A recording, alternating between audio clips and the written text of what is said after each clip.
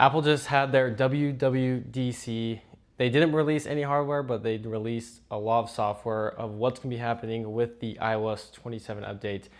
We've got new additions to Siri, liquid glass, screen time, among other things. So we got to dig into this and go overview what they talked about, and then we'll make another video and go deeper and more specific into mostly AI. But I want to cover all the things that we talked about, or Apple talked about today, and kind of condense it for you on what you should know about WWDC 2026. First thing that we got to talk about before we talk about Siri is the features that they're dropping this year. So they talked about liquid glass, and we do know that was a big thing they talked about last year. It was the main UI change. This year they're making it so that you are able to have a slider on how tinted you want the liquid glass. So for example, you could be in Apple Music and you can slide it and you can make it so there is no liquid glass to where it's like super seeable, and you'll be able to customize that on how you want. There was complaints when they first released liquid glass. People didn't like it, some people did. And so this is kind of their accommodation so that everyone will hopefully like it and not have any problems. They also are updating the speed in which things load. So they threw out some numbers. Now they say up to, so they could be testing an older model with these phones or with these numbers. They say there's a up to 30% increase in speed when it comes to loading apps. So what that means is when you click the app, 30% faster load time. Should be nice. We'll see if we'll be able to notice it. They say it'll be smoother between swiping across the home screen and just using the phone in general. They say it'll be up to 70%. They say it'll be up to 70% faster when it comes to taking a picture and for that to load inside the camera, which will be nice. Sometimes you take a photo and it sits there for a second and then it spits out the image. They say it'll be up to 70% faster. So I'm curious on what phone they're using to test that. But I mean, faster will be faster. So hopefully we'll be able to see an improvement in that as well.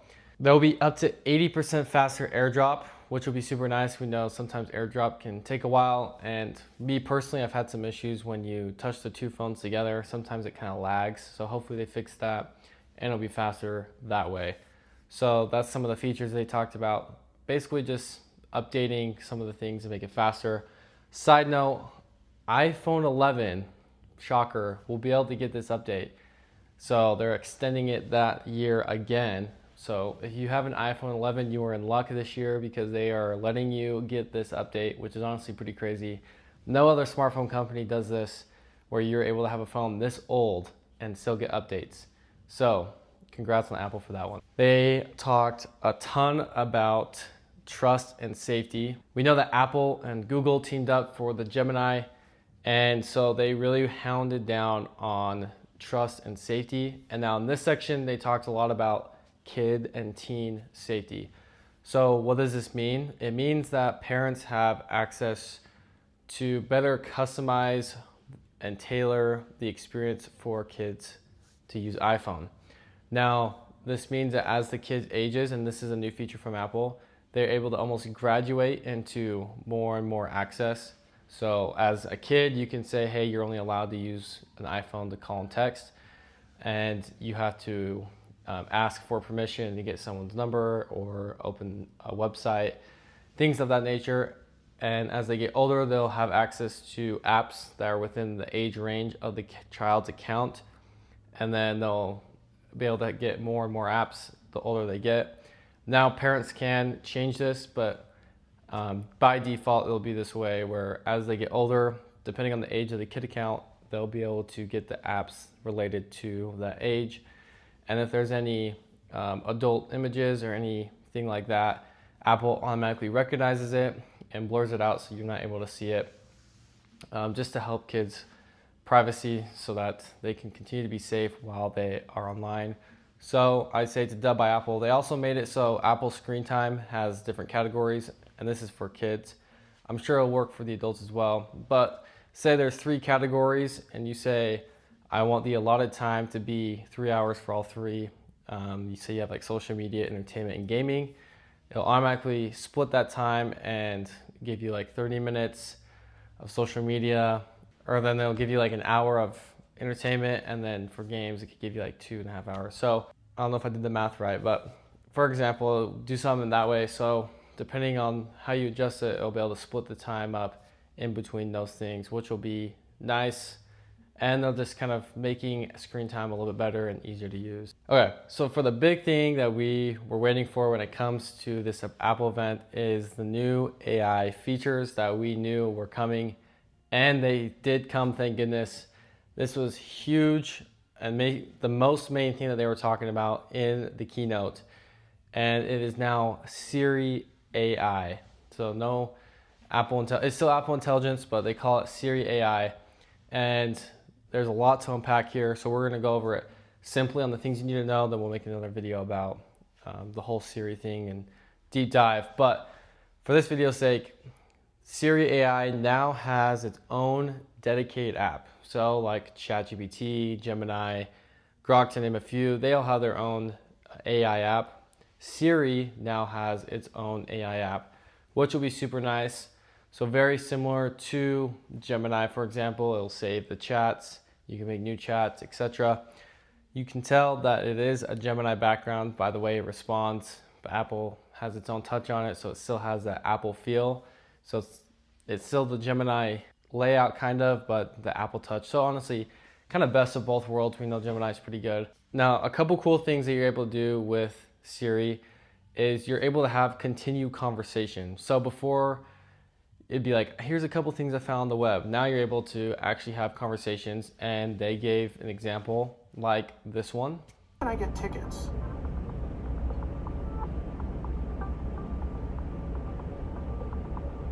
Okay, you have to enter a lottery to get the tickets. Remind me to sign up when the lottery opens.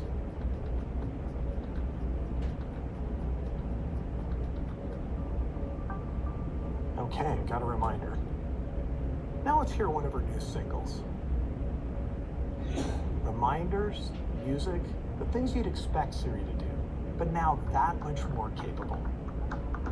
And it's pretty cool on what you can do. It can do continuous tasks. Like you can ask it a question and then ask another question and set a reminder, and it'll follow up with what you did, like the example with the tickets.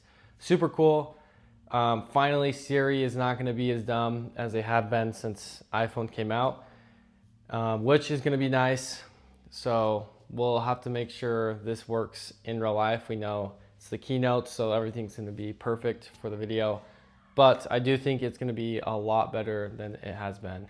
A cool thing that Apple did do and talk about is it's now screen aware. So say I'm on my phone and I'm scrolling on Instagram and I see this cool mountain, I could hold this button to call Siri, be like, hey Siri, where is this at? And it'll go and it'll tell me where it is based on what I'm looking at my screen. And because it's world aware, it'll be able to pull the information and tell you where it is. And then if you want, you could say, take me there, and it will. It'll give you directions to that place. It's pretty cool on how more aware Siri is gonna be. And Apple users are gonna go crazy on how much better this Siri is gonna be compared to what it has been. Because honestly, people probably haven't been using Siri because you might as well use Chat or Gemini or whoever you use. So that's gonna be nice. There's also a new feature called the Visual AI, where if you hold down the camera button, it pulls up this screen, and say you're looking at some food or you're looking at a receipt. You can take a picture and then through the AI will scan it, and you can go through and it'll tell you what it is. You can set reminders or even go through and split the tip based on what your receipt said. So honestly, that's actually pretty cool. I'm sure Android phones probably do it, but for Apple users, it's a big deal because this has never happened before. So that's going to be awesome as well. Everything that this Siri runs off is on device or on the cloud, so it's split, but your information will not be shared even to Apple. And they did mention this a lot of times that everything's going to be encrypted. So whatever you do, it's not going to be shared with anyone except for you. So not even Apple is going to be able to have access to this information. And I think they do the best they can to have it run on phone. Obviously, it's going to have to run on cloud anyways. So I think it's nice that Apple really focuses on privacy, because we know all these other AIs are just stealing information. And so it'd be nice to have an AI that is going to be secure and you don't have to worry as much about having the AI steal all this data. As we know, Photos has gotten a bigger update. There are some key features that we're now able to do when it comes to photo editing. The first one is expand. So if you take a picture and you feel like you're too close to the subject, you can have AI expand the image. And from the examples that they gave us, it did a really good job from what I saw. You're also able to reframe the picture. So say you took a picture and you were slightly off to the left, you can use AI and reframe it so it moves the picture. So it's almost like you took a different picture but right in front of the subject. So that one I could tell was a little bit more AI cropped, especially when it got to the pictures of the people that it was taking a picture of. It didn't do as good of a job keeping that together. It still did a good job, but you could tell it struggled just a little bit. But I'm sure the more people do it, the better it'll get. And then the last one is cleanup. From the examples they gave, it did a really good job of just cleaning up whatever stuff you didn't want on the picture and just having it get removed. So that's gonna be super nice. I know Apple's very keen on keeping an image, if that makes sense, on keeping it as natural as possible. So I think naturally they want to put AI features in it just to be able to have it and keep up with the competition, but try and keep it as real as possible because Apple really likes having their photos be as natural as possible. AI Image Playground got a couple updates too. You're able to actually update and upload realistic pictures. From before, it was more like this cartoon thing. You will be limited to tokens per day just because it's going to be using their servers. But if you do pay for Cloud Plus subscriptions, you'll be able to get more tokens. I've never used image generation, so we'll see how it works and how many tokens you actually get. But it's nice, it'll be for free. I don't know how much we'll be able to use it. So we'll see, but that is a nice touch from Apple on being able to put that in there. There's a couple other updates too. AI will be able to do some automation stuff inside the phone. We do know there was the Shortcuts app. They now have added AI into it. So you can be able to have Siri create a custom thing. So say I'm leaving work. Every time I leave the work location, I can tell it to start playing my podcast or my music and it will do it. Honestly, that's super cool. Just another thing that's easier so you don't spend a lot of time making shortcuts. Now, a lot of these features are gonna be on the macOS as well.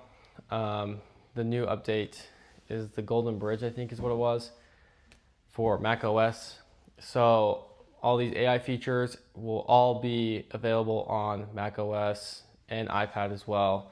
They'll have their own dedicated app, and with Macs, you'll be able to, instead of like taking a screenshot, you can do something similar and pull up Siri, and it'll be able to recognize what you're looking at on the screen. So all in all, there's a lot of features to look out here. We've got the update and speed.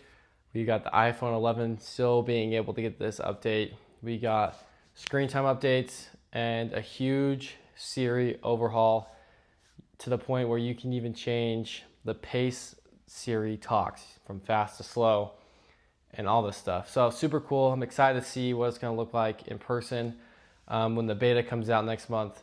So stay tuned for a more full in-depth video. Make sure you guys subscribe and comment what you guys are excited for. And I'll see you guys in the next one. Peace.